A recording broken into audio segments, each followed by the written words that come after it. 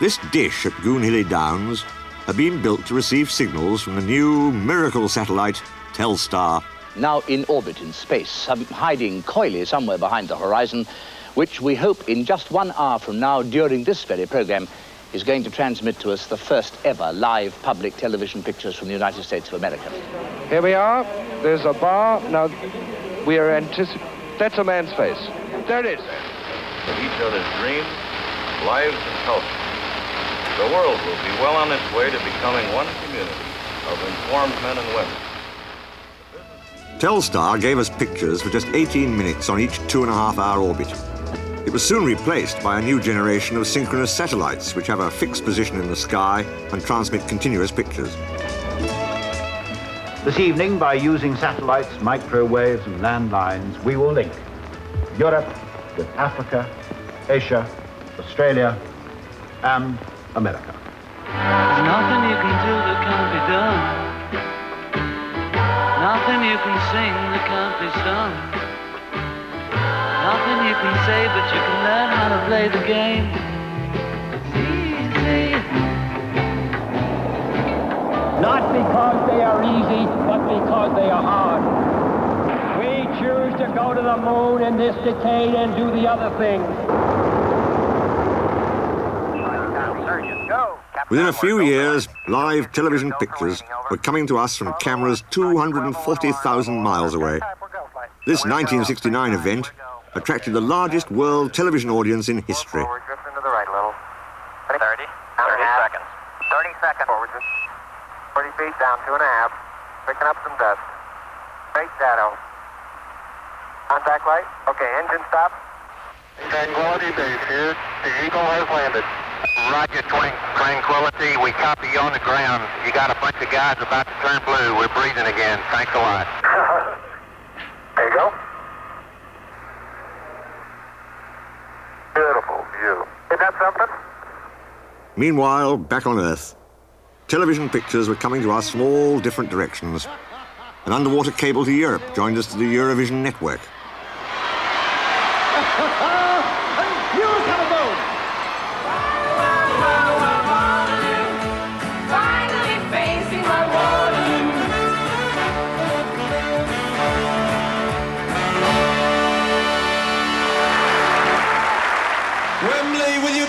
Welcome, America!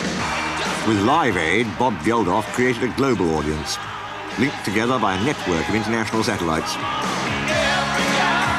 World television had taken on a crusade and was succeeding.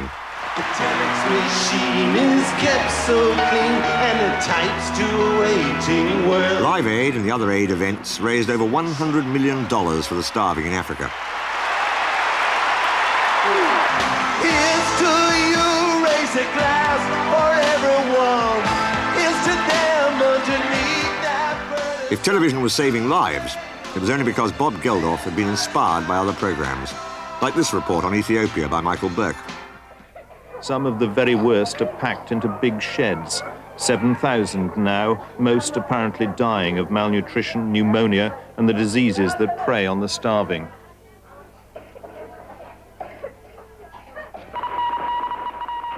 "30 years before, ITN had been first to show television audiences some of the harsher realities of the world. They created a new style of presentation, a style where the newsreader had a personality. This is Christopher Chataway. The government is not going to grant automatic reprieves to convicted murderers. Soon it was commonplace to find television reporters in the thick of controversial issues. Here's Reginald Bosanquet's first interview. Are you an engineer? No, I'm not. Oh, well then, you mind your own business. I'm trying to get you. Well, if you're an engineer, you can talk to me. BBC News took up the challenge from ITN, and before long, viewers had a ringside seat at most of the world's conflicts. At the invasion of Suez,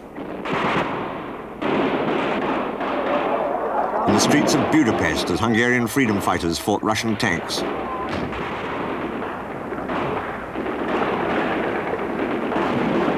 Grim images of war and terrorism now seem an inescapable part of our home viewing. There he comes again. He's dropping two now, right in those trees. Gee whiz.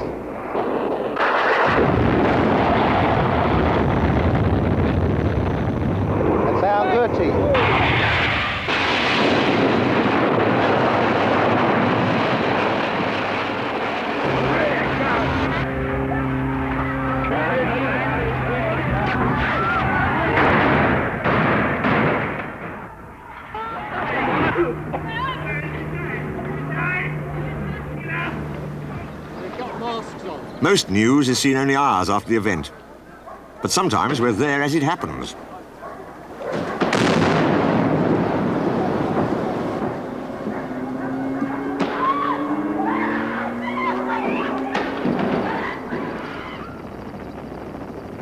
And as the ships were hit, many men aboard hadn't even time to pull on their anti-burn masks to save themselves from the heat flash as the bombs exploded. Many were brought ashore with dreadful burns. The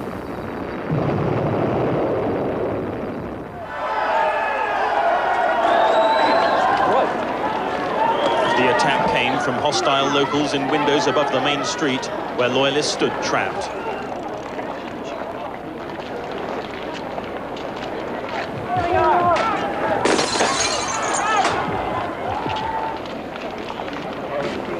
The firemen were working now with only our television light to help them. Then we saw Mr. Tebbett's feet. The firemen worked very gingerly to free him without further injury. A stretcher went up. It began to look more hopeful for the minister. He was moaning just audibly.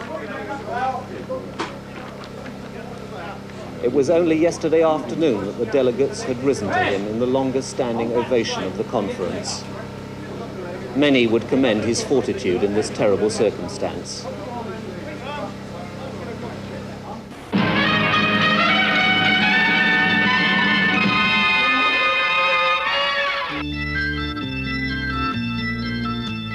Where the news leaves off, current affairs takes up.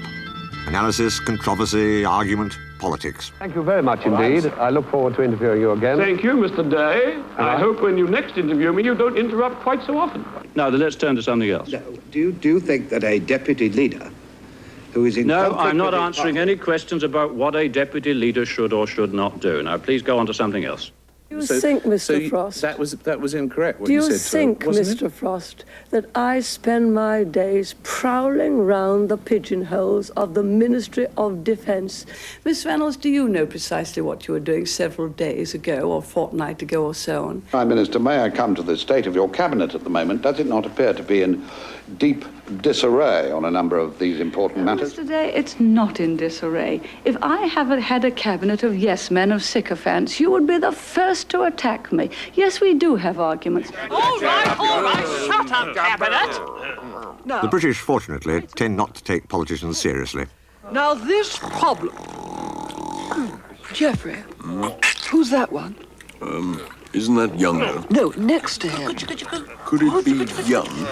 Oh, God knows. All these new bugs look the same to me. How do I look?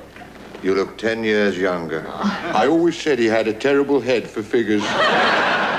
From what I've read, this Ran of Kutch is hardly worth fighting for. Well, in summer it is saltwater marsh, and in winter it is a desert without water. No one in his right mind would fight over the Ran of Kutch. Then you are saying that both India and Pakistan are out of their minds. I never said that.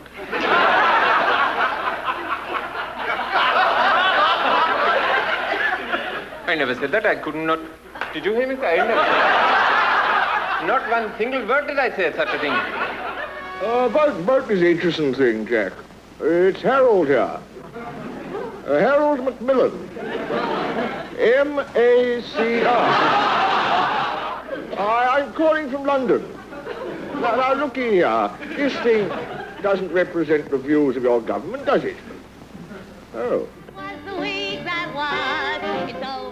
It was the BBC's That Was the Week That Was that had pioneered satire programmes. It also gave a new twist to television's rich tradition of comedy. Well, of course I've been kicking it. How else do you think I changed the channels over? 1 kick BBC, 9 kicks ITA. They changed over 6 times last night. Blimey, we've got to sit here and watch that. Oh, turn it over then. Slow. Marvellous, eh? It's only when you're ill and you've got to watch it, you realise what a bloody waste of money that is. I want to watch the telly.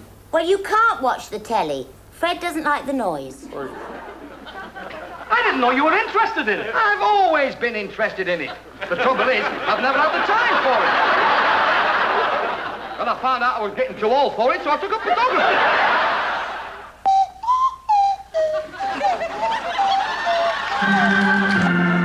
And now, it's...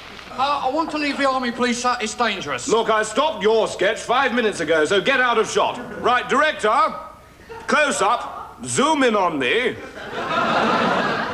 That's better. It's only because you couldn't think of a punchline. Not true, not true. Throw open wide your window, dear. Benny, I've been articulated. I'm going left.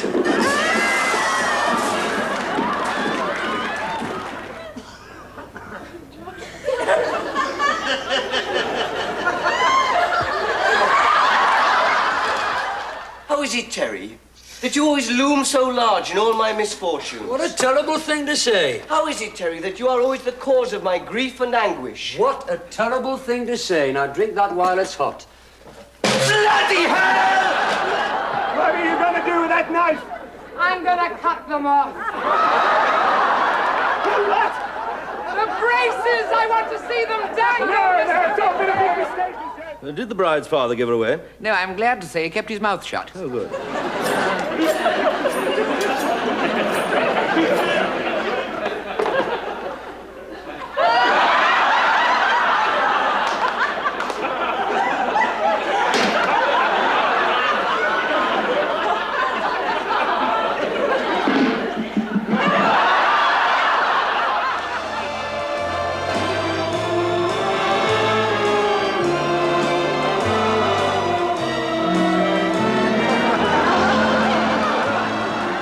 A show exactly the same as we did on the other side, except we're doing it over here.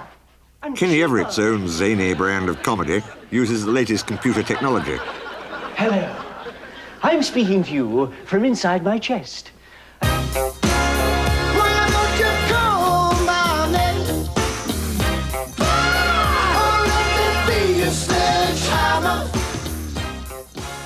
Computers know how to break up the television signal into numbers and then rearrange the numbers.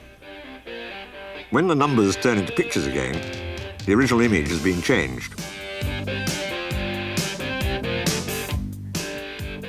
Besides creating fancy effects, it's possible to paint with numbers, great for retouching camera shots or making 3D animation. Look at them yo-yos, that's the way you do it. You play the guitar on the MTV. Computers draw the pictures and edit them together. Computers control every movement of today's most modern videotape recorders. And here is the BBC's first videotape recorder. They called it Vera, Vision Electronic Recording Apparatus. Vera worked by moving a magnetic tape at a very high speed past a fixed recording head. Sadly, Vera's debut in 1958 was also her swan song. In America, the Ampex company had taken a different approach. They used a magnetic tape which moved at a normal speed across high-speed recording heads. They mounted the heads on a rotating cylinder. It worked so well that the rotating head principle is still in use today on professional tape recorders and home video cassette machines.